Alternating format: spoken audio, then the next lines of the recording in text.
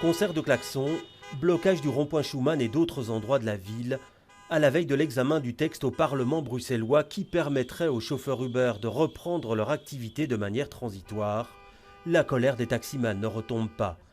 4 partis de la majorité soutiennent le texte, mais pour le secteur, c'est un coup de poignard, contraire à la décision de justice. Est-ce qu'on va s'en sortir si à chaque fois qu'une multinationale est condamnée, on a des élus qui se réunissent en urgence pour voter une ordonnance permettant de contourner cette décision de justice?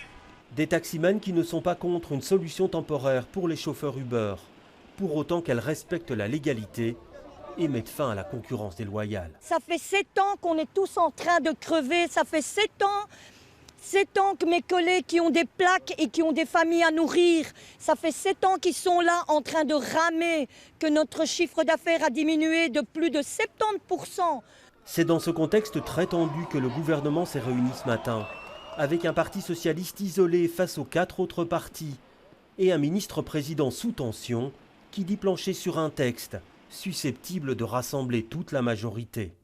Le gouvernement bruxellois continue ses travaux pour trouver une solution temporaire qui réponde à la situation des chauffeurs qui utilisaient l'application suspendue et qui réponde au mieux à l'ensemble des décisions de justice. Une délégation des taximans a été reçue au cabinet, mais clairement, la méfiance reste de mise. Nous ne rompons jamais le dialogue, mais en tout cas la confiance est solidement ébranlée. Quand la justice décide et que le législateur détricote la justice, il n'y a plus de confiance. La méfiance s'installe. Et demain, d'autres actions de blocage sont d'ores et déjà annoncées. Pour les taxis, justice, justice, pour les